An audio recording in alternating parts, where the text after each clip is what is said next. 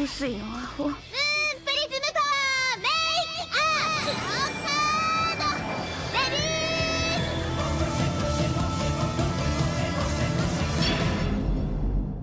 Welcome to Shojo Tell, where we discuss shoujo manga and tell who's hot and who's not, talk about themes, and just generally geek out. Today, July 20th, 2025, we'll be shoujo and telling about the first 9 volumes of Horimiya by HERO and Daisuke Hagiwara, which, to be clear, is a shonen series. We'll talk about it. I'm your host, Ashley McDonald, and I'm joined by Caitlin. Hello, Caitlin. Hello. Oh my gosh, Caitlin, it has been a hot minute. I know. It's my fault. We've both been going through a lot.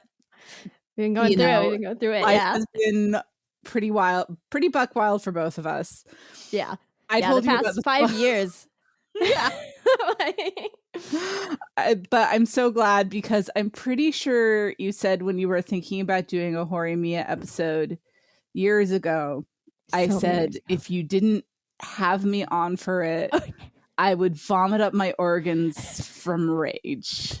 Yeah, so yeah. Now here we are.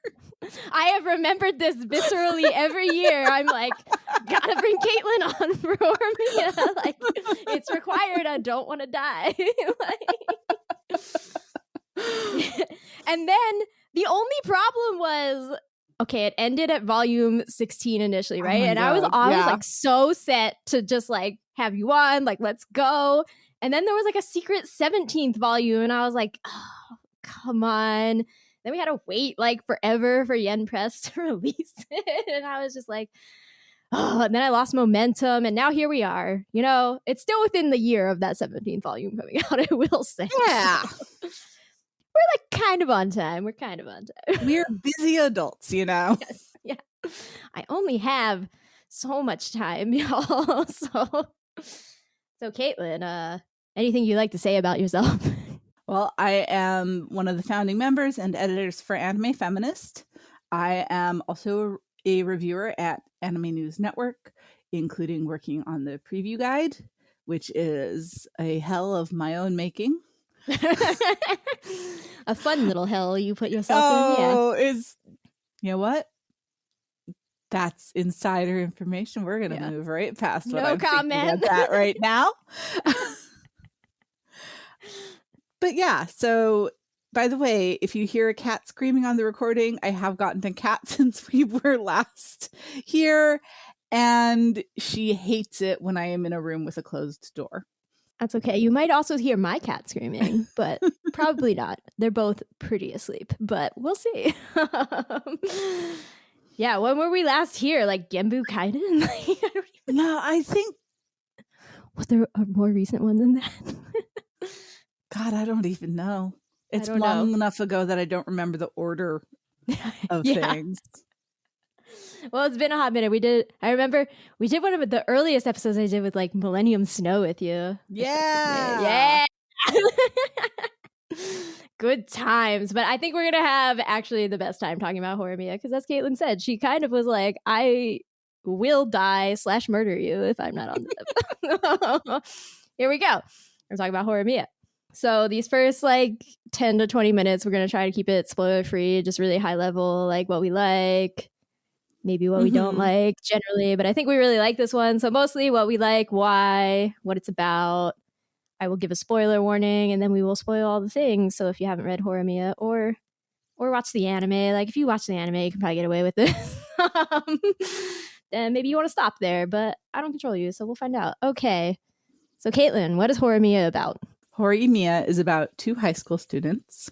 One is Kyoko Hori, a high-achieving, popular girl who has the secret that at the end of the day, instead of going out with her friends, she has to go home and take care of her little brother because her parents both work. Tragedy. And Miyamura, whose real first name is a big reveal. In the second volume, it's not a big reveal. It's just a silly comedy bit. But he is known at school for having long hair, glasses, a gloomy demeanor, and just generally not really having friends. And then one day, a really hot guy with piercings shows up at Kyoko's door, Hori's door. I don't know why I just called her Kyoko. No one calls her Kyoko in the series. You love her so much, that's why. Shows up at Hori's door with her little brother saying that he had fallen down. And she doesn't realize it until he tells her, but this is Miyamura, who hides behind his long hair to conceal his many ear piercings and always wears the blazer uniform at school to cover up his torso covered in tattoos. And the two of them spend time getting to know each other. And it gradually turns from like a romance between two people who know these secret sides of each other to just a general ensemble comedy rom-com sort of situation. It's a sitcom. It's a sitcom. Yeah, it is. It's a high school sitcom. And it's great. Okay, so I always try to just tell people how familiar we are with the series so they know how fanned we are or how noob we are. So I have definitely read the manga. This is maybe my third time through it. And I watched all the anime. It is based on a webcomic that I've never read, but as far as I know, that's never been translated into English, even though I believe it was published in like physical volumes somehow. But shrug, I'm like, there's a lot of adaptations that have happened, and we can maybe discuss that too. What about you, Caitlin? Pretty much the same for me. I've read the manga. I started pretty shortly after it started coming out because my friend gave me the first volume as a gift.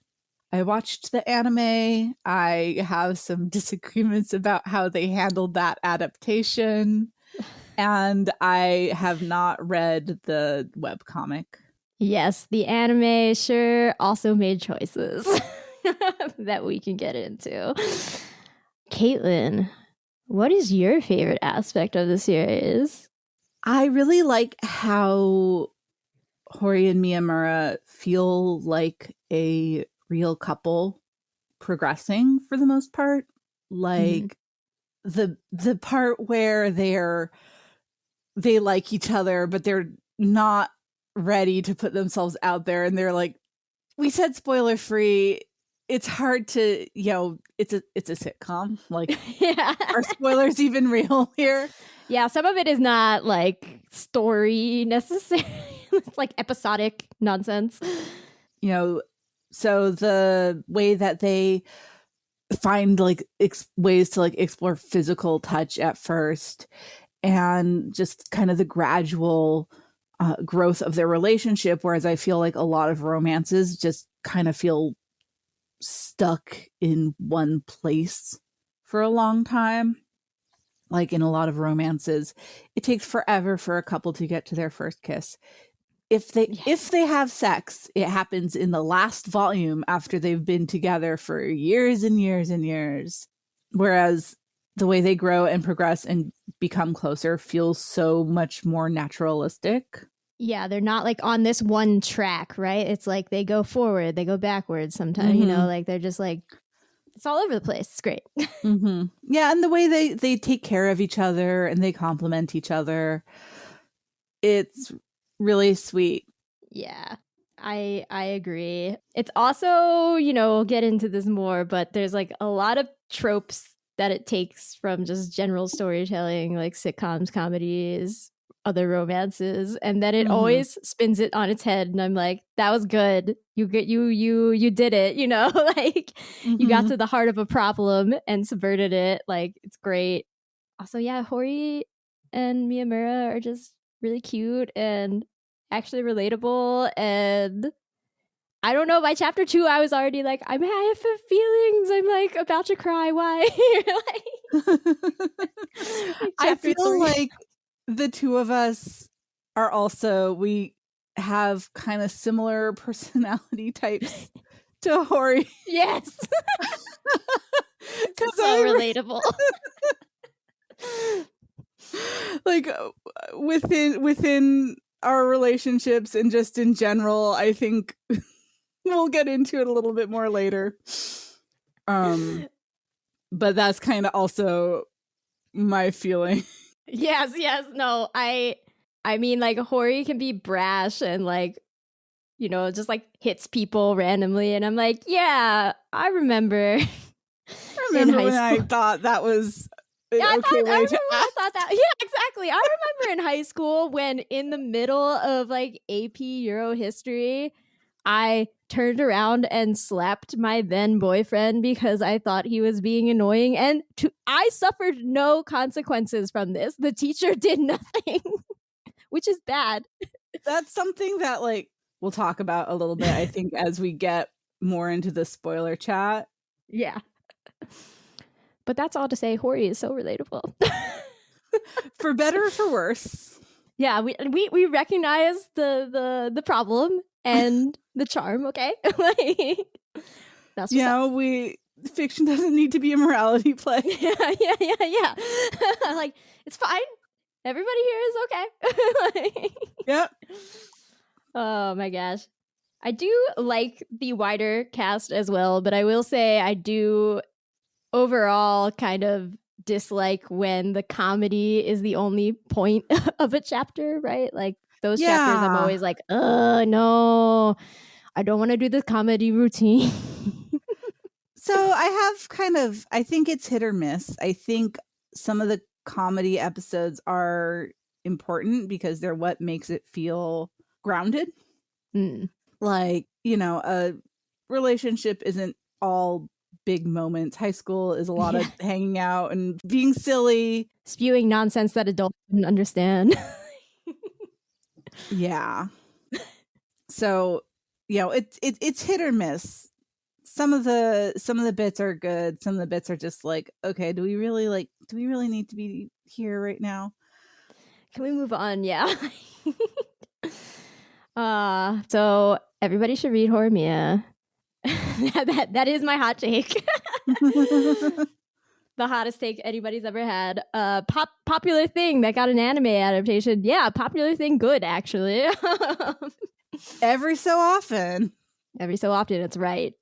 I used to think there was like a 10-year period where I was like, you know, every other popular thing is good. So I don't know, like Attack on Titan in the beginning, I was like, that's good. Then like Sword Art Online was popular and I was like, that's not good. Yeah. I mean, right now Isekai is popular and I'm mad that Sword Art Online did this to us. That's a different podcast. Okay. The Shojo Tell spin-off podcast. All of the shonen that we hate. All the shonen that I hate. Oh man, it would be good though. But I don't have time for that. Your favorite shonen sucks. Yeah, your favorite sucks. If only I had time for that. I keep it positive, you know, mostly. So this is a shonen that doesn't suck. And we'll get into that's gonna be the first thing we're gonna get into. Okay. So if you have not read Horimiya before, it is published by Yen Press in English. If you would like to go buy it, please consider buying it from Manga Mart, which is a family-owned online manga shop. They do a pretty good job of matching, you know, prices on like Amazon and these big, crappy, consolidated competitors that we all have to choose from and hate to choose from. So just don't choose them. Choose Manga Mart. That's my spin on that. Okay, so from here on out, we're going to get into the spoilers because there's so many moments that are so good and we need to talk about them specifically. Okay. So if you watch the anime or you've read this, keep going. If you're like, wait, I've been iffy on Horimiya, go watch the anime. I don't know. Go find it. Come back. All right. So just to situate people, because we're only doing like half of the manga right now. Volume 9 ends where basically Hori and Miyamura have proposed to each other to get married. So, you know, I had to look between whether I wanted to end at volume 8 or volume 9. I looked at volume 8 and I was like, yeah, I mean, that would be okay. And then I looked at volume 9. I was like, perfect. No notes. Let's end there. So Hori and Miyamura have like proposed to each other in the snow. Yoshikawa and Ishikawa are like making their way towards being a real couple, having real conversations and stop being a pretend couple. Sengoku is being brave and going to Remi's bug-filled room for Christmas. We're having Christmas drama is basically what's happening.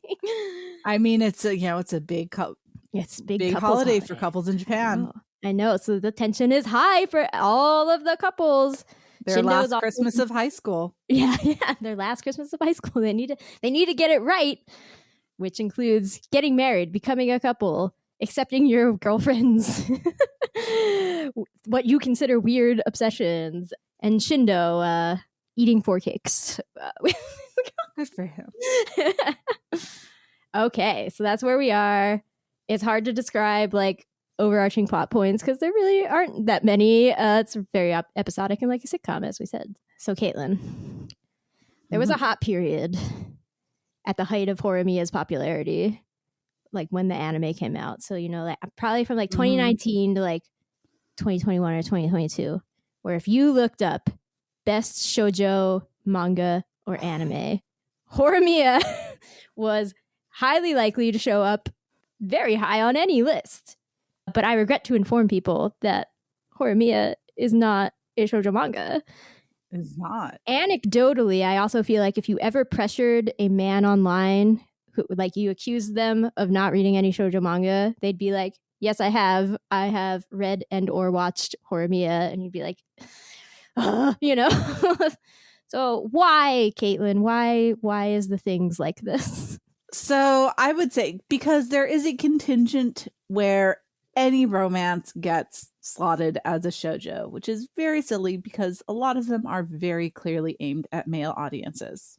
However, I would say that although you and I can look at Horimiya and we can tell that it is not shoujo, it is shonen all the way, not just because of how it's written, but because of how it is drawn and the panel layouts and all of that sort of stuff.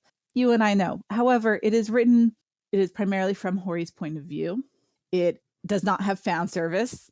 Hori's got no tits. Yeah, there was one shot, like a chapter cover too, where like you could see up her skirt, but then she was wearing like shorts under it. And I was like, nice. You know? Yeah.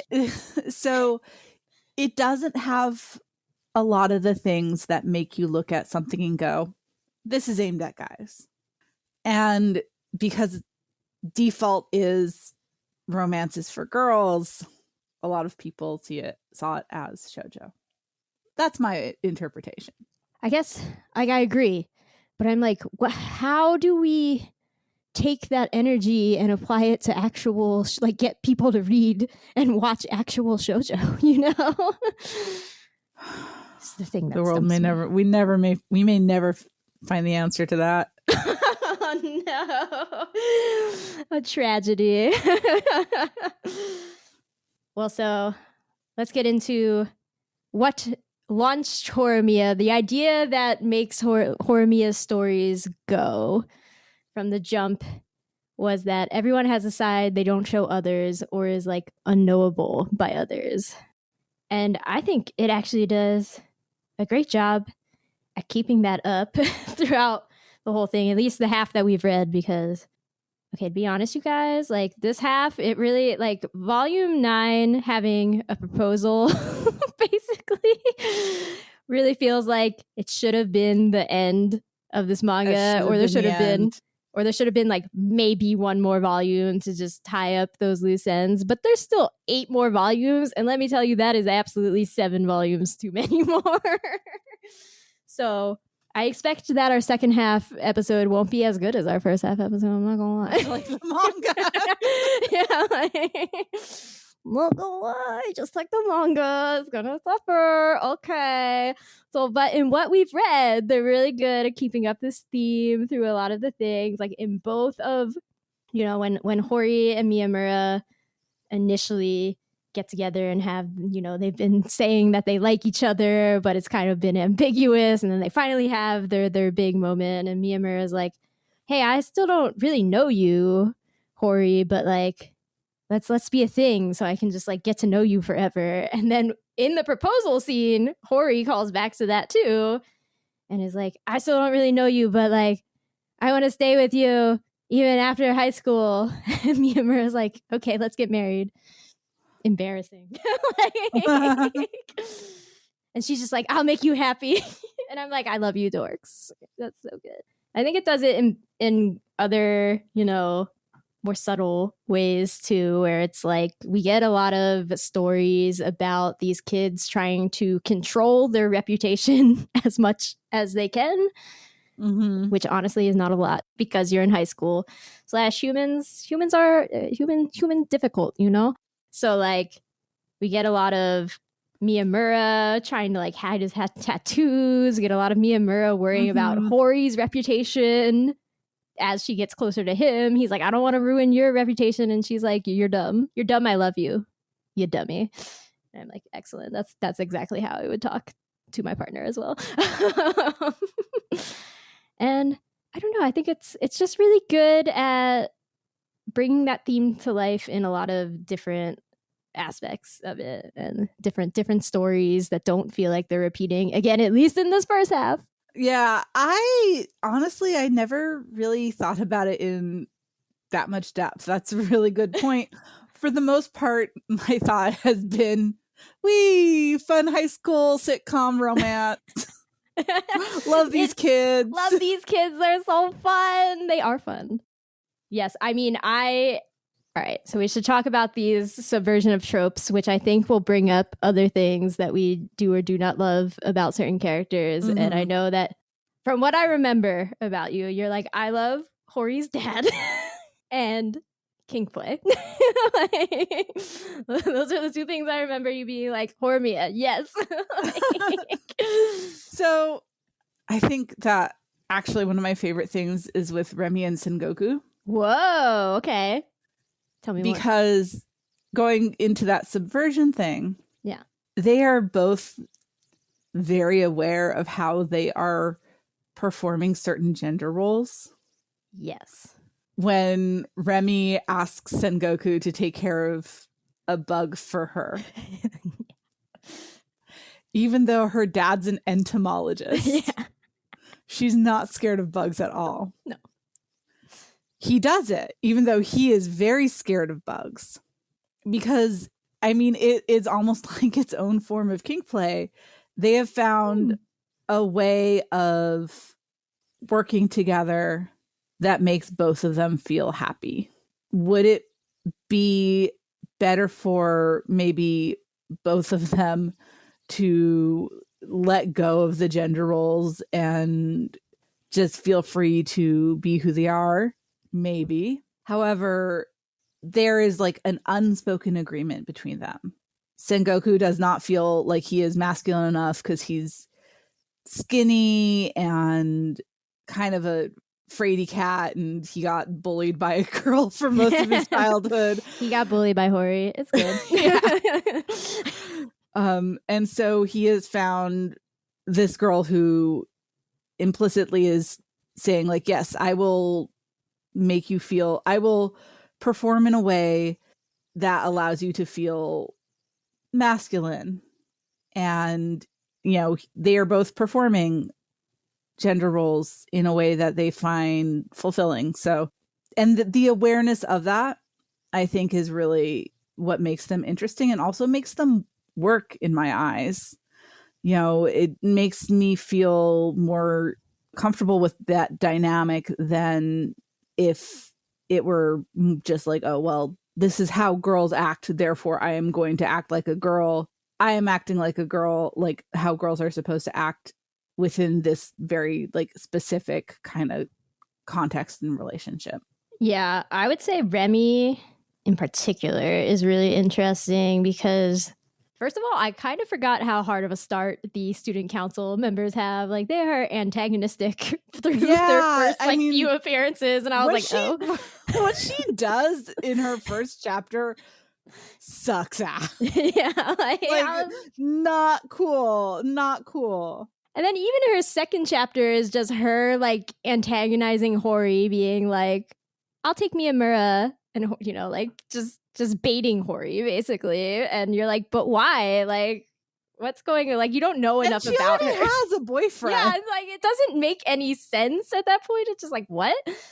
So I was like, this is a hard start on these student council members, but okay. But then Remi becomes interesting because, yeah, like she is so by the manga standard, she's the girliest one of them all, but she's actually super good at sports, loves bugs, like is not afraid to take your guff, like will definitely just like enter a situation and be like, I've taken control of this, And so I'm like, Remi is great. But then you do always have these like dueling perspectives between her and Sengoku, where he's like, well, Remi is like this, and I do this. Like, it's not being said out loud, right? It's like in their heads. They're like, I do this to help Remi feel whatever. And then Remi will be like, Sengoku thinks, like he's doing this to help me, but I'm doing it to help him. And you're like, Remi is powerful, is what I'm saying. Like Remi is doing a lot, actually. And even so they bring that antagonism of her like taking Miyamura back around in a more logical way during the sports festival, where she's like going up against Hori in a hurdle race, and she's just like trying to get in Hori's head. She's like, so if I win, I'm gonna take Miyamura. And Hori's like, what? Like why are we doing this again? Wait, no, he's mine. And it does work. And I'm like, Remi's so powerful. Like, but also she didn't even need to do that. She just flat out won first. Like she wasn't weak. She was just like, oh, Hori is the second best here, so Hori's my only competition. She just wants to assure her victory. She's using all the tools in her toolbox. Yeah. And plus, it's just so easy to make Hori mad. It's just so easy. Relatable. So like Remi and Sengoku are very interesting, especially compared to Hori and Miyamura, because Hori and Miyamura are also very aware of the gender roles that they never fall into.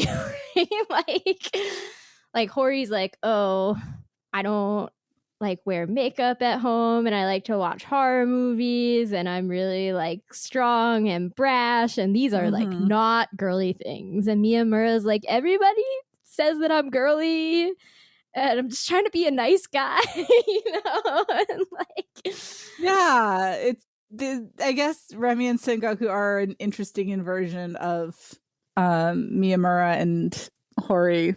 Yeah, they're like an inversion, but they still feel like they're breaking the gender roles in a lot of ways. So like at the end, they meet in the same place, and you're like, I see, that's great, that's an amazing storytelling thing you did there.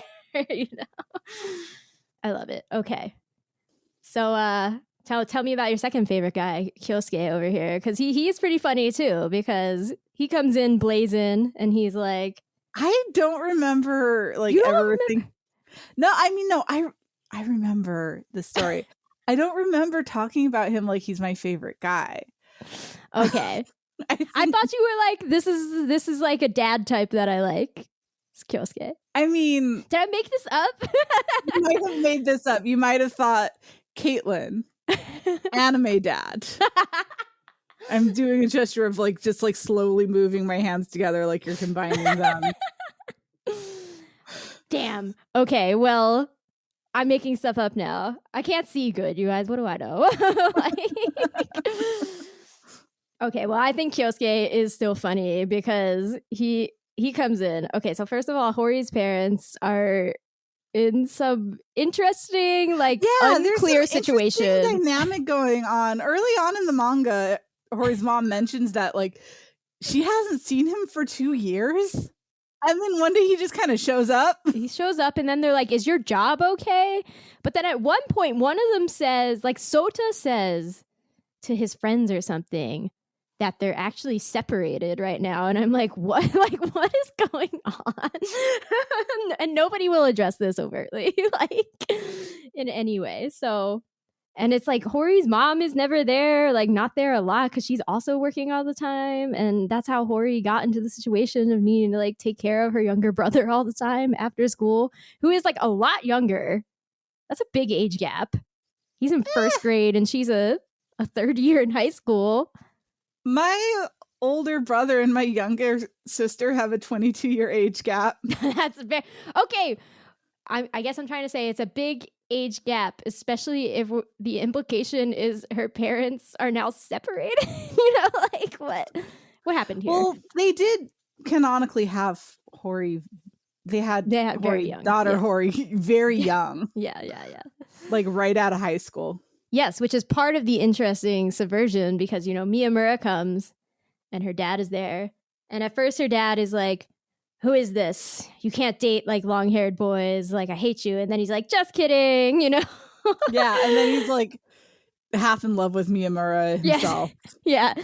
And he's just like, he immediately jumps to like, let's be buddies. Someday you're going to be my son and like all this stuff. And Miyamura is like, no, wait, no.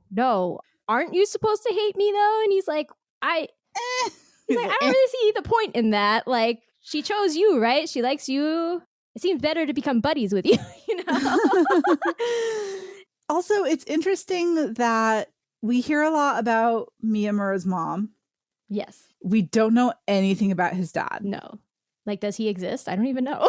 He refers to his parents. He does refer to his parents. Like, he doesn't just refer to his mom, which is usually the case I've seen with people from single parent households. Yeah. I don't know. Maybe he's got one of those Japanese dads who like works all the time and is never home. Yeah, he's like, I leave the house at like 5 a.m. and I don't come back until midnight. And we just do that forever. Yeah, his mom does come across as kind of having a strong personality herself. So maybe he's just got like a very quiet dad. I don't know. Yeah. We don't care about Miyamura's dad. Kyosuke has taken up enough space for all the dads in this. Yeah. And Kyosuke has kind of been like, well, you're my son now. Yeah. Which I think, and like, Miyamura again is like, whoa, you're like jumping a million steps. But it's nice because Kyosuke's response to that is like, well, am I?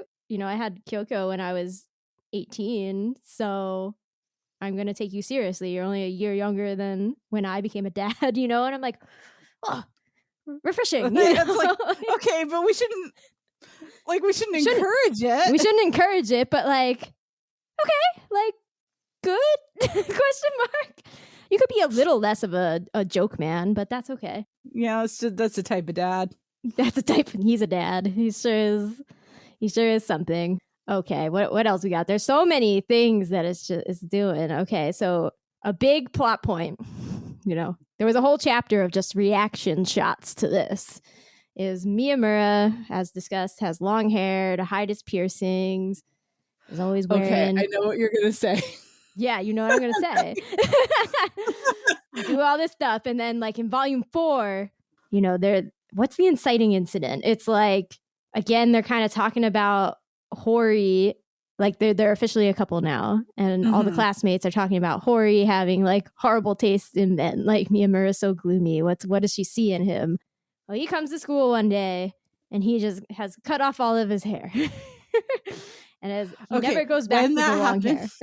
When that happened, yeah, I got so mad. You got so mad? I got so mad. I put the volume down.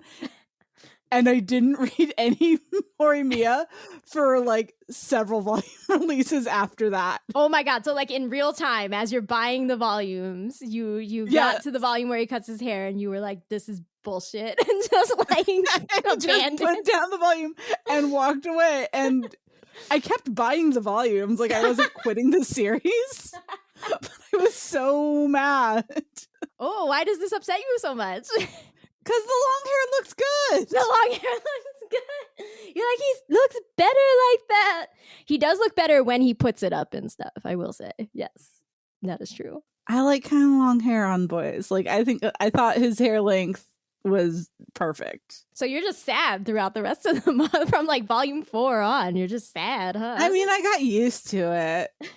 I do have feelings about how the series kind of handles Miyamura's whole look, because the piercings as a self-harm kind of thing, a response to his disliking himself, his depression, his being bullied, it makes sense. I think that works within the series. But I also think that his response of kind of making himself look more mainstream instead of just not hiding it anymore, when he starts being more comfortable in his skin and making friends, I think I would have preferred if he had just done his hair like he does when he goes out to like or if Hori's he and had stuff. kept wearing his piercings instead of just letting them close. Yeah. It's disappointing. It kind of makes, he was more visually interesting before, and I think treating it like people who have alternative fashion, who have body modifications, who basically don't fit within the mainstream in terms of appearance, treating that as a symptom of something being wrong, and once they're happy they start being more quote unquote normal. I think there is a problematic aspect to that is kind of frustrating. And I say that as someone who is, well, I have purple hair right now, but otherwise I'm pretty normal looking, I don't wear wild clothes or anything like that. Yeah, the stuff with Miyamura, I think, has always been, I don't want to say it's felt a little off to me, no matter how many times I read it. But like, there are some choices where it's like, does this make sense? Like, tonally, is this a whole person? Like, I don't know that Miyamura feels like a whole complete person to me necessarily in the same way that Hori does, even though, again, I will admit that like I'm biased towards being more like Hori, right? So like, of course that makes more sense to me. But there's always just been something about like Miyamura's deep trauma that has always felt a little off. And I feel like some of it is that, I don't know, Shindo, his one friend from middle school, kind of feels like a retroactive ad, and like I feel like there's a lot of backpedaling maybe about it at a certain point. I feel like he kind of entered in at the phase where the manga was still kind of figuring itself out. Yeah. It's like how the student council felt a lot more like an antagonistic force at first. Yeah. And how it was treated as this big thing that Hori couldn't go out after school because she had to go home and babysit Sota. But then she's like forgotten after a certain point. Well, then as soon as that's inconvenient, her mom's like, okay, hi, yeah, here I am. And like, Miyamura comes over all the time. Sota gets a year older and can like play by himself more. So like, yeah, like things come along and just kind of make it not important anymore. But also like, it's not like she goes out more, I don't know, whatever. Yeah, it kind of goes from high concept to low concept, it feels like. Does that make sense? Like, yeah. From like, this is like really like, this is the thing that this manga is about, to like, we have all these fun characters here and we're gonna hang out. But anyway, so Shindo, I do think I agree with you, he feels retroactive, but there's a lot about that series that does. They just took some time for them to kind of find the groove. Yeah. But that like high concept thing is like the one chapter that's always been really interesting about Miyamura's self-harm, depression backstory is about Tanihara, who was one of his bullies, who was friends with Shindo. Like Shindo remained friends with both Miyamura and Tanihara in like separate cohorts, right? Yeah, which is wild. Yeah, like I'm like, that's a choice, Shindo. Okay. So the chapter with Tanihara is like much more high concept than most of the manga ends up feeling, Yeah. It's very like, there's this dream sequence where he's like in a rabbit cage with Miyamura, because back in middle school, I guess he was supposed to take care of these rabbits that he knew that Miyamura liked during the summer, but he forgot to feed them and they died. And so like in the dream, he's in this rabbit cage with Miyamura and they have this discussion about like whether it's inside or outside, like whether they are inside or outside right now, and people being inside or outside. And just like, it was a weird chapter compared to the rest of the manga is all I'm saying. And I'm like, I don't hate this, but like, what? the whole dream sequence, because he forced Miyamura outside, but outside felt uncomfortable. I feel like it's just so Japanese, and it does kind of go back a little bit to the whole, like, now that Miyamura is happy and comfortable, he can be normal. Because the inside is where you are included and you have all of your friends, and being that, that's the inside, you are inside the circle, whereas outside is cramped and lonely and sad because you are outside the circle. And it's, I don't know, it is. It was like the one attempt to bring it back, right? Like after he became normal, like we keep trying to bring Tanahara kind of into the group slowly and be less of an antagonist. And I was just like, this is a choice. Like nothing before or after this is ever like this again. I feel like it would have been fine to just have Tanahara show up and be a little antagonistic, and then see that Miyamura is in a good place and be like, what? And then just like, what? Go. Bye. We don't need you anymore. Yeah. But that's not what we did. But, well, what I was initially going to say is that Miyamura cutting his hair is like somewhat an inversion of a normal trope, which is like when you break up with somebody, or you're purposely doing this big, like a negative thing happen to you. Mm-hmm. And so then you're going to go do this, change your hair and become like a different person. It's kind of the inversion of that, where like a positive thing is happening to Miyamura and he's like, okay, I'm going to cut my hair. And to a degree, it is to show off his quote unquote true self, or like not hide his piercings, right? But as you said, there were like other ways to do that. And some of it is just him wearing his piercings less. And it's kind of like, I guess there's a bit of ambiguity maybe that's what it is. It's like, I've always felt a bit of ambiguity about like, okay, I understand that Miyamura pierced himself because like, what he says is people ignoring him actually did hurt him, but doing this physical pain doesn't hurt him. But like clearly it's an expression of this emotional pain that he's experiencing. Mm-hmm. And so I was always like, to what degree does Miyamura like having the tattoos and the piercings? And to what degree is it only like something that he regrets because he only did it because he was depressed, right? Like, I don't feel like we ever clearly define those things. Right. The tattoos are weird because clearly the piercings are done, once again, impulsive self-harm. Yeah. He doesn't plan them out. He just has a bad day and he comes home and he pokes himself with a safety pin. Which, don't do that, kids. You'll get an infection. Don't do that. But tattoos, you have to go to someone. They're expensive.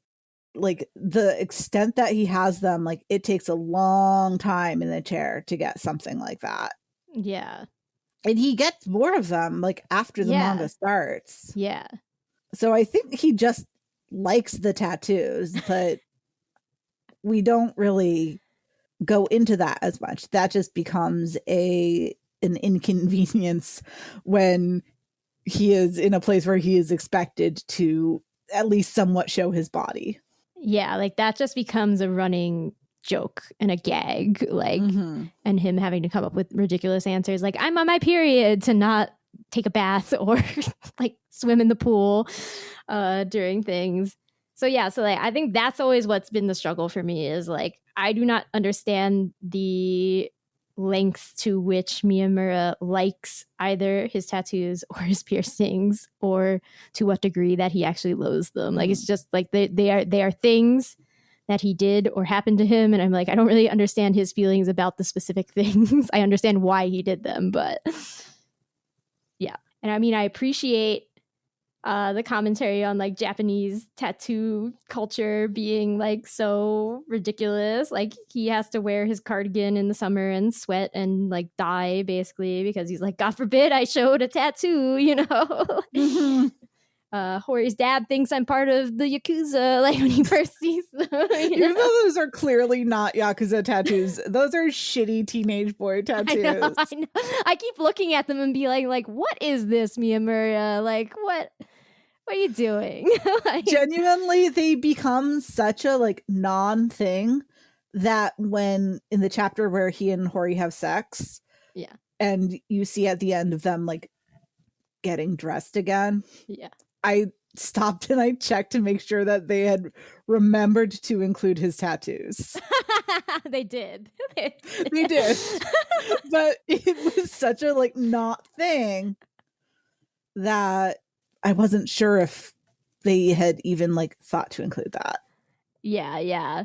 And it's just like, I don't know. Like, I'm not checking to make sure they're the same tattoos over and over. I'm like, I know he's got the one on his arm and then like the one that goes down his side. Like, cool, whatever. Like, excellent, you know? Mm-hmm. So yeah, so Miyamura is a complicated case to me. Yeah, once again, I get the narrative. There are multiple ways of looking at it. Yeah. And I get the way that it works within the narrative. I just think that there is kind of a subtext that I don't care for. And also I liked him better with longer hair. You're like, and I liked the lip piercing. Yeah. And so it is sad to me that he is less visually interesting. Yeah. He's just a typical high school boy now. Okay. I have other things to discuss about the subversion and stuff, but I think we should actually just talk about the sex scene because it's so good, actually. It is. It's really good. It's really good. It stays with you because it's like damn. Like, it makes me feel a little bit like a creepo that I'm looking know. at this scene of like two high school students having sex. I'm like, that's a good sex scene right there. But like, it was executed very well. That's all. I don't know, man. Like, okay. I think it ties into what we were talking about earlier because like the way they get into the situation initially is they're watching a horror movie, but they're aware, like Remi has been pushing Hori to be like, maybe you should pretend to be scared while you watch these horror movies, like try to be more girly, basically. They're both like being more hyper aware about their gender roles. And then like Hori gets sad because she's not able to fulfill them, right? So she like runs off to her room and Miyamura joins her there. And what I in particular like about this scene, I don't really like, I remember it in the anime, but I don't remember like the particular shots as well. But like in the manga, you get so many shots of them where like you think they're going to kiss. Mm-hmm. And then they actually don't. Like it ends up being Hori is leaning down to be like, I want to hear your heartbeat. So she's like leaning on his chest. And then, you know, you think Miyamura is going to respond to that by kissing her, but he's like, no, I want to hear your heartbeat too, basically. And so, you know, if this was a shoujo manga, right, I think the way that this would have ended would have been a spread of them actually kissing. But you never actually get to see them kiss at all. Mm-hmm. It is just heavily implied that happened. There's a lovely unresolved tension. Yes. There. Like, you never get the point where it's like, and now we are physically doing the thing that removes this tension that we're feeling in the room. We see the right before and we see the right after when the tension is resolved. It's a little bit like, you know, manga edge. Yes. But yeah, no, it does work really well and it feels so intimate. And also like that is a moment just for them. Yes. That we are not allowed in on that, actually. Yeah. And there's all of this discourse about sex scenes in fiction and whether it's intrusive on the characters and blah, blah, blah. The audience didn't consent to see the sex. Yes, you did. You picked up the book. Yeah. Blah, blah, blah. The characters didn't consent for their private moment to be intruded upon. They're not people. They're not people. But here it does feel like, oh, there is this scene of very private intimacy that we as people outside of them are not privy to. Yeah, which goes back into the main theme of like some things are unknowable, you know, some things should remain private and be unknowable. And I'm like, cool. Yeah. Oh, it's so good. I actually, even though I don't remember the anime as well, I do remember going back, you know, it was kind of rapidly after having watched it the first time as it was coming out. I was like, no, I got to watch it again, like that episode again. I got to watch the whole episode again, you know? I was like, that's good. God. Okay. So from there, it starts the kink play. Yeah. So that goes back to the subversion thing. Yeah, that's true. Because Hori is within the normal context of their relationship, Hori is very much the dominant personality. Yes. But it turns out that within sexy times, like she wants to be dominated and yelled at. And these two kids, they really need to start keeping, you know, their sex play within their private space instead I know. of doing I it was in public. Like for all that the sex scene itself was like really good and intimate and didn't show you too much, like they immediately go into like the kink play is like always super public and you're like, that's uncomfortable, don't do that. I actually had a lot of people not realize the sex scene was a sex scene. What? I know, like they were like, oh, I thought they just like made out super hard. It's like, no, what? Hori's not wearing clothes. Yeah, Hori's not wearing clothes. Like you see Miyamura like putting his pants back on. His fly is open. His pants are like undone. Yes. Like they were naked. Yes. What? I also had people saying that they didn't see the yelling thing as a kink thing.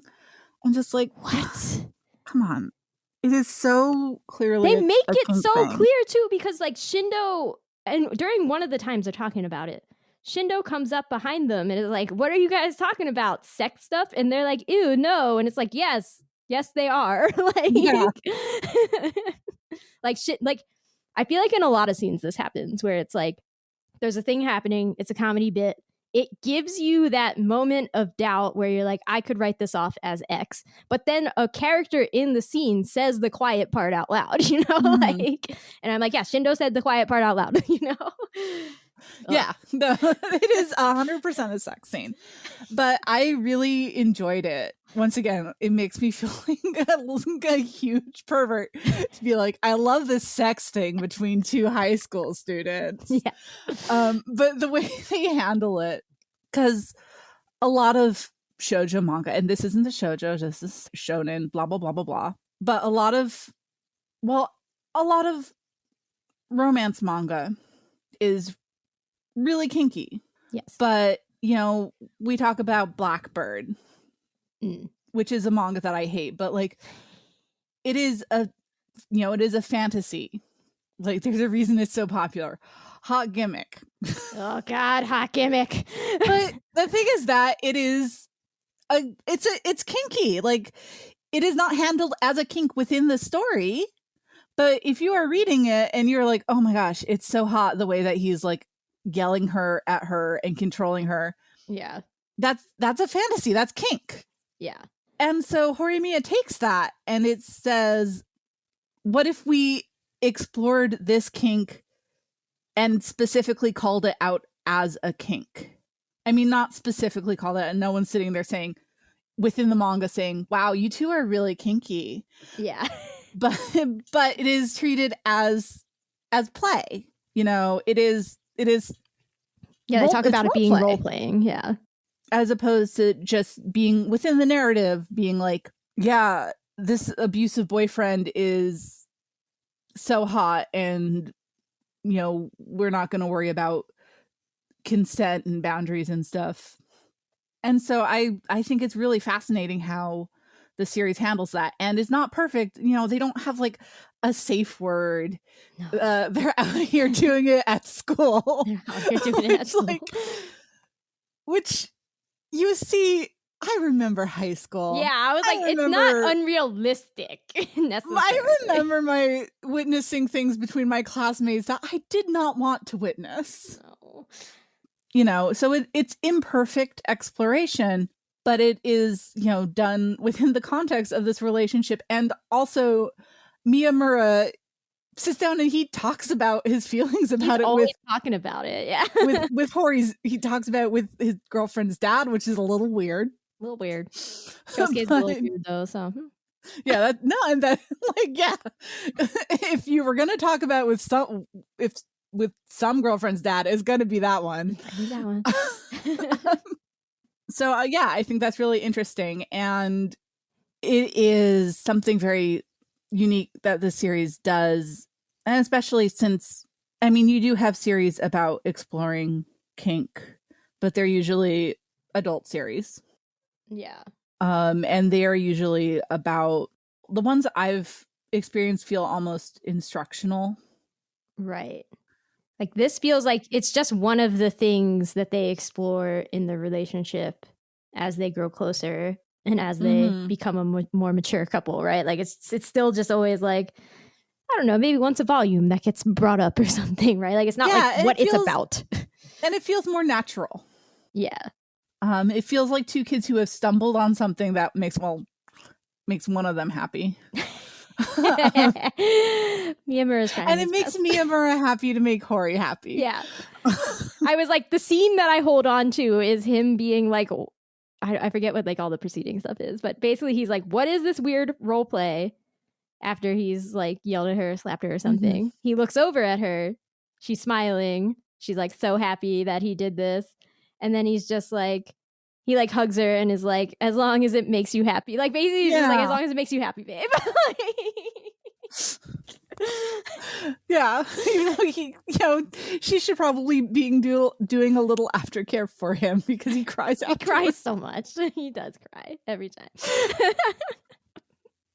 Now the one thing that does make me a little uncomfortable about it is whenever people see Miyamura yelling at her and like he doesn't like hit her despite how much she wants him to because she's a pervert. Yeah. But he might like cuff her a little bit. And no one is like, hey, like what the fuck? I know. Like he comes over and like yells at her while she's like talking to her friends and pulls her away. And they know that they're doing their kind of role play stuff, but no one else is like, is she okay? Yeah. Like we get a very explicit scene where like Miyamura has lost his phone or thinks he lost his phone. It was in his butt pocket all along. So he goes to a classroom with a guy who like maybe has a crush on Hori and has been like mad that she likes Miyamura basically. His name is Mizochi or something. Mizochi. Yes, Mizochi. So he's like, why would Hori like somebody like you? And then Miyamura's just like, hey buddy, would you ever be able to slap her? And of course he's like, what? No, like that's a horrible. And Miyamura's like, then you can't handle her. And then like is this like a Taming of the Shrew thing? I know, like what? Is you having to like beat her into submission? There's no pushback from him. So then they go out into the hallway and they meet Hori and Hori's like giving Miyamura crap for losing his phone. Like she's like, Miyamura, did you find your phone? Stop being such a klutz. Oh my God, what's wrong with you? And he's just like, can it, bitch? And then like shoves her back or something. And like, again, Mizochi, nothing. Just like that's normal. It is like it's funny, concerning. but like no. It is concerning how much people just like accept it. Yeah. Especially in a series where once again the kinky roleplay is being treated as kinky roleplay and like diegetically as opposed to it just like really fully going all in on the fantasy and pretending that the characters are living the fantasy, I guess. Yeah. Oh, Horimiya. Yeah. You're so good, but you can't be perfect. Nothing's perfect, Horimiya. We'll forgive you. Okay, I'm looking over these like subversion trope things, and I think we've said most of them, but there's one that's like very small, but like is an impactful moment that I just want to bring up because I think it's doing it all the time, right? So you can't say every single one, but this one's just kind of like funny, but kind of turns into a very emotional moment. So there's a chapter where they do the it's raining and the girl doesn't have her umbrella thing. And, you know, in other manga, that turns out the guy has the umbrella and they walk home together under one umbrella and it's cute. Yay, doki dokis. Cool.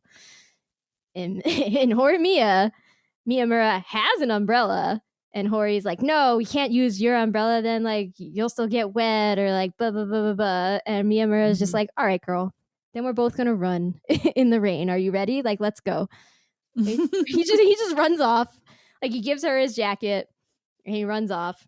And she's like quite a few paces behind him and she's just yelling all these things, basically revealing how much she likes him at him. Like, she's like, would you give anyone your jacket? Like, all this stuff. And it turns out that he can't hear her. And I'm just like, that's just such a lovely... It's like a less silly version of that scene in Monthly Girls Nozaki-kun. Yes. Where he is like shielding her from the rain and they run out and they run back screaming because it's just raining too hard. I'm like, no, Horimiya is not afraid. They're like, yeah, we'll run in the rain. We'll have feelings. We'll have feelings in the rain together. We don't need no umbrellas. And I'm just like, that's the loveliness of this manga, truly. Okay. I think, actually, okay, let's... You elided earlier that you have feelings about what the anime did. Yeah. Would you like to discuss them? So the anime, it was weird. First of all, sure was weird. First of all, incredible openings and endings. Like, as just music videos about the series, perfect. 10 out of 10, no notes. Okay. Yeah. 10 out of 10, no notes. They do the thing I really like with that theme songs don't do enough where the visuals are actually synced up with the music. Excellent. I've had the opening theme song for the first season like playing in my head the whole time. For like the last week. Excellent. But what they chose to do was they had 2 seasons, and the first season was just like all of the big moments. Yes. With none of the like little bits in between. And it went too and fast. They did another season, which was just like the episodic bits with an original ending, which was a choice. But the thing is that, and once again, I love Hori. Yeah. Doing that made her come off like such a bitch.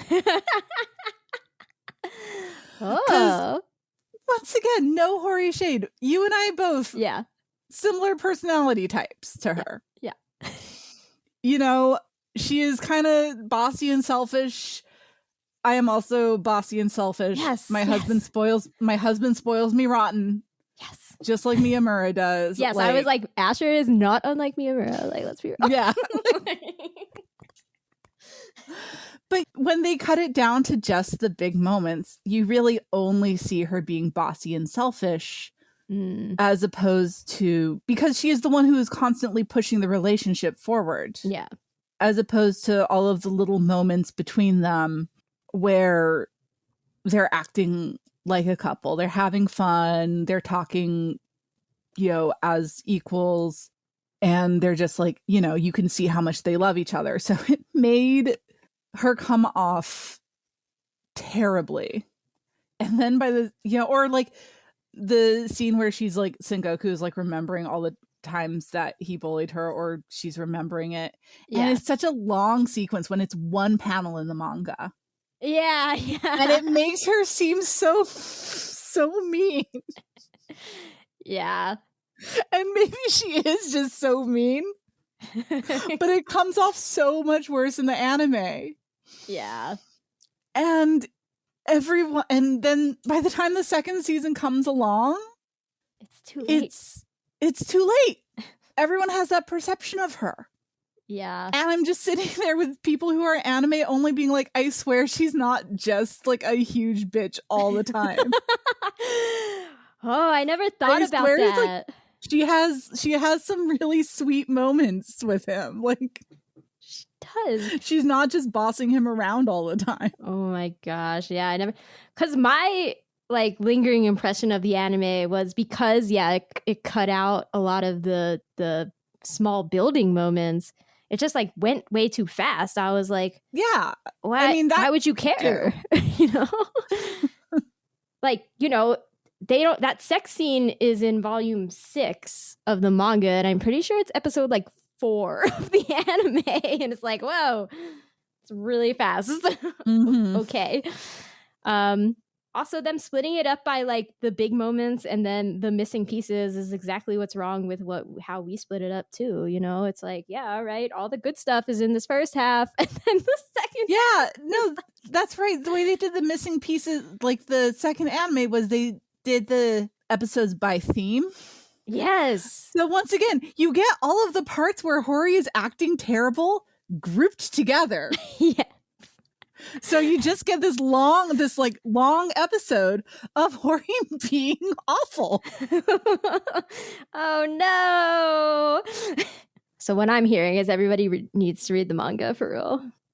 I mean, yeah, I usually think that's true, but it's especially true in this case. I mean, again, it's normally always especially true in shoujo anime and manga because the anime will go through the first like 5 volumes and be like, that was good enough. Like, you need not know anymore. And I'm like, I think I would like to, but okay. Damn, they don't make Fushigi Yugi style anime anymore. Such a shame. Or like with like Marmalade Boy and Boys Over Flowers, where they extended it, or Kodocha, like Full Moon. Like, oh my gosh, yeah. Oh, can't wait for that. I think the first Blu-ray is out. The first Blu-ray is out. I'm gonna pick it up at Otakon. Well, so I think for this last bit, I really just want to be like, kind of do a superlative scene. So like, saddest scene to you, most heartwarming, funniest, like whatever. Just name your favorite scene. So, because I just gotta say that I was crying. I think it's in volume 3.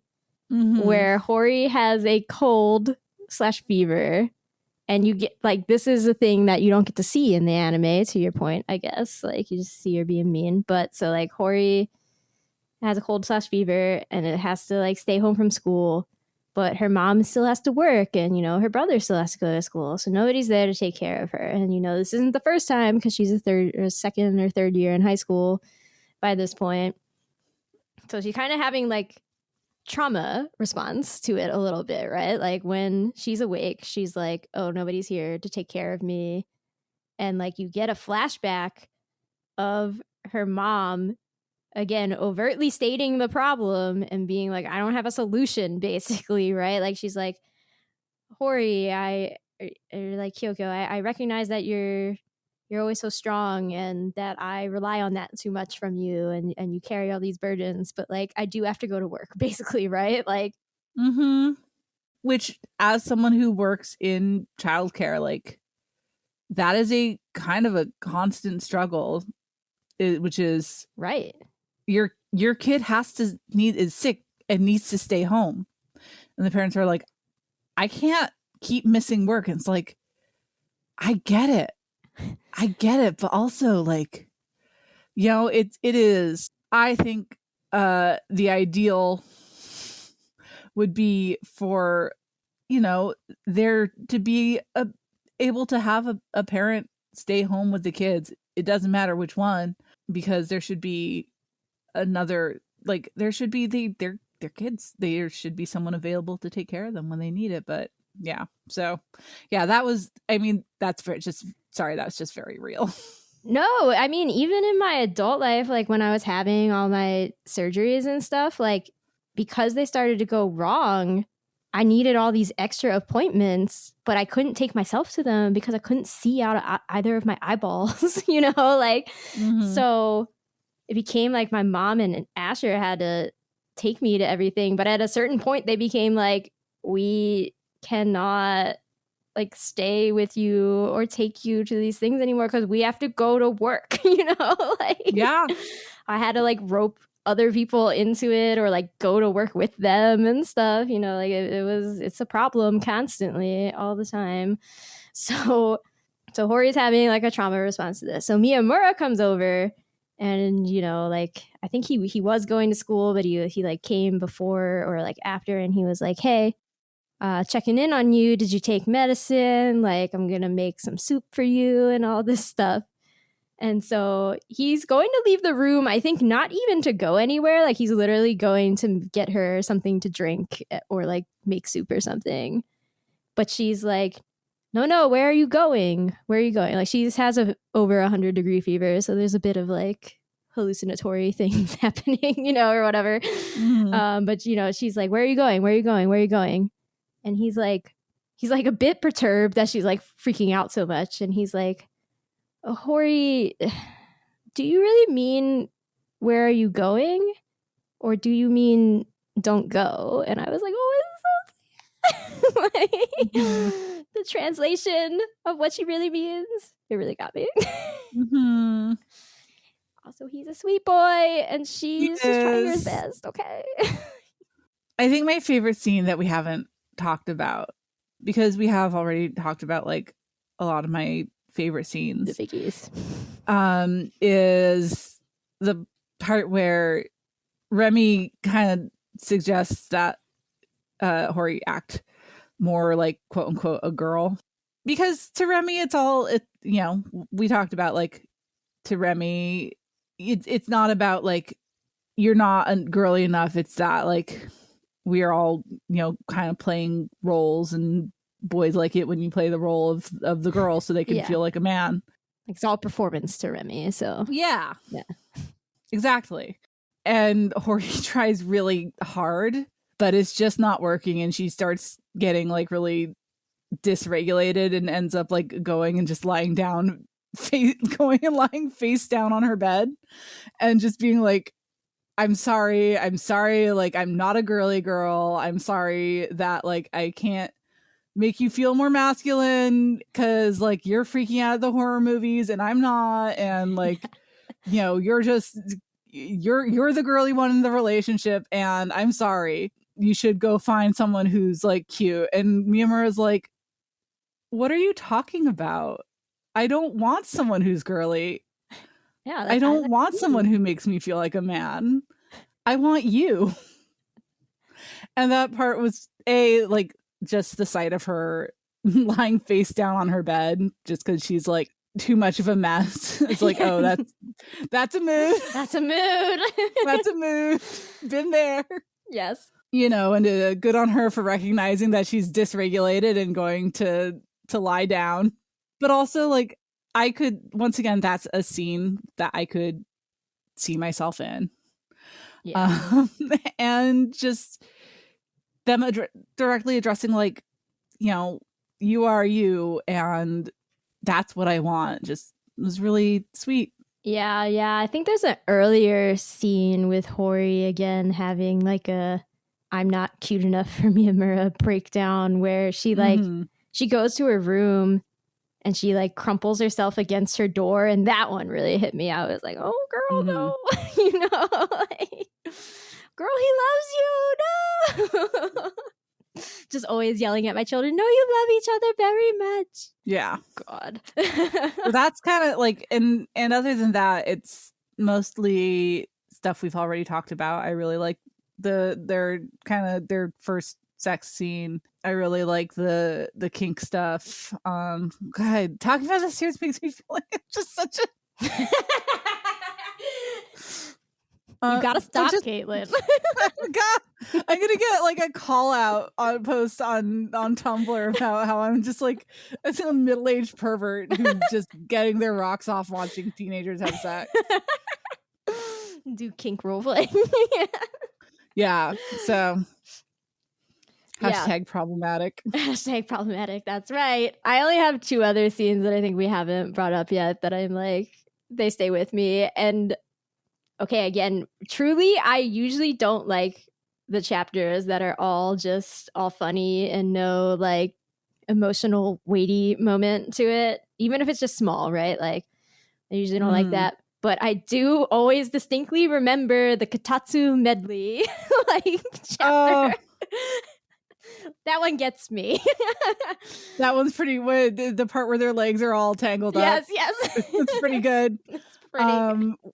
Once again, being a gas and old pervert, I like the scene where he like licks the orange juice off her fingers.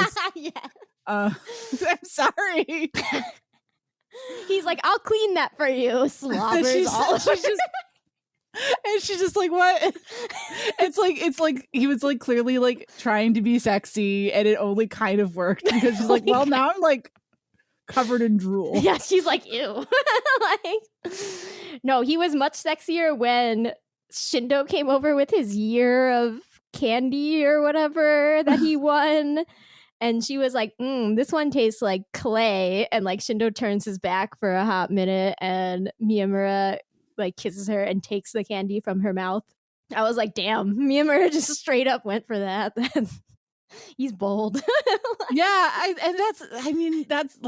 but that's something that I really like, is that like that's very high school. Often, I mean, but like every so often, like Miyamura turns around and does something. He's like, is this gonna be sexy? Yeah.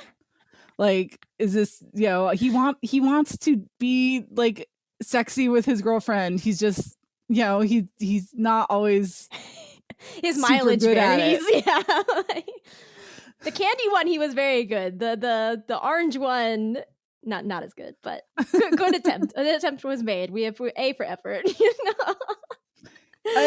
had the principle of the thing. Yeah, right? He'll perfect it over time. He'll get better. He'll get it.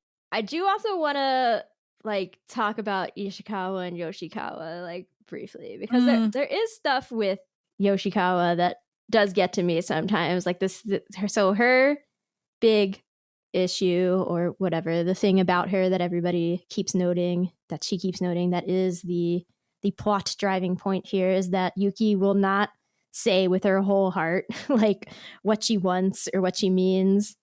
And you gather that sometimes it's in, service of doing what is quote unquote polite. Like one scene is Sakura giving, Ishikawa some cookies, but then she's like, well, Yoshikawa's been helping me out too, so I want to give her some cookies. And Yoshikawa very quietly says, I don't want them. And then they're like, what? She's like, oh my gosh, thank you for giving me cookies. Right? Then she tries to go like throw them out, but is unable to. And she's like, these are good cookies. Like, I hate to inform myself that these are good cookies, basically. And I'm just like, that problem of like the line, whatever Yuki likes tends to leave her. I'm like, yes, that's so painful. And actually also so real. Like, I mostly relate to Hori, and like Yoshikawa and Ishikawa are like, yeah, they're fun, but I don't really like get them as much. But this particular Yoshikawa trait, I'm like, yes, I understand, because I also feel like I'm usually like, no, it's okay. And what I mean is, if you don't do what I want and you didn't mind read what I want, I will be super mad at you later. I have tried to eliminate that, but I have definitely been. We've all been there. We've all been there. They're teenagers, of course they've been there. I was like, that feels real, Yeah. And yeah, that's Horimiya, the first half. The only half that really matters, but we're going to talk about the second half later. Oh, by the way, I really like Akane. Oh, we didn't talk about him. He's a sweet boy. Yeah. Yes. Yanagi's here for some reason. Mm-hmm. He's a hottie who can't see things. Much like my husband. There you go. I do have a question, but we can leave it for the next episode. Oh, okay. Is it more relevant to the next episode? But maybe something to think about. Okay. Which couples do you think have long-term staying power? Oh. And which couples do you think will break up after the end of the series. Okay, yeah. I do think that's a good one for next time, where it will be all ships. All ships will have sailed. So we will like there's not a whole lot of like actual content left in the series. No. But they try to make Yura a thing. We didn't even say his name until just now, this whole episode, because that's how insignificant he is. Yeah, he barely does anything in these. Like, he's just kind of loud and there sometimes. Yes. He's there if they want, like, really need someone to be an idiot. Yes. Yes, but we're gonna bring him up all the time in the second half, I guess, because they're gonna try to make it a thing. So fun. Yes. Okay. So no, we will definitely discuss that next time. So any final thoughts, or are we all, we're saving it for 8 more volumes of Horimiya? Yeah. We're going to save it for all of those wheels spinning in the mud. All those wheels going nowhere. Excellent. Okay. Well, thanks for listening to Shojo Tell. Comments, questions, constructive criticism, concerns? Need to gush about your OTP, or just tell me how much you love Hori and Miyamura, because they're good. So email shoujoandtell@gmail.com or leave a comment on the episode's YouTube page. We're at Shojo and Tell on Blue Sky, Instagram, and Tumblr. Caitlin, where can people find you and your work on the internet? So you can find most of my most current writing on animenewsnetwork.com and Caitlin Moore. You can still occasionally find my writing on Anime Feminist. I'm still involved with the site. I just don't have time to actually write for it very often. And you can find my Blue Sky at altsoon_no-dere. Is that right? No, it's not. It's altsoon. No. Altsoon no dere. No underscores, no spaces, no dashes. Yeah, you are the only true altsoon no dere on there. That's right. That's goddamn right. That's what I know. And you know what? Hori, she's altsoon. Altsoon. She's no dere. She's so perfect for us. That's what I'm saying. Okay. Are you excited every time you see a new episode from us? If so, please consider leaving a rating on Apple Podcasts. This will help the podcast reach more hearts, or at least ears. I believe you can also click the thumbs up or whatever on Spotify. That's good too. I like that. Thanks again for listening. We'll be back next time, as stated, for the final 8 volumes of Horimiya, where there's only like 20% of it, that might be generous, is important content. Basically, it is Horimiya, the missing pieces, or Horimiya, the bits you did not need. So, Horimiya, it's time for the B couples now. Yes, it's time for the B-roll. Let's roll that. Okay, sure, why not, Shrug? Stay tuned until then. Bye. Hey, we've got one too, on your back. You know, a plum.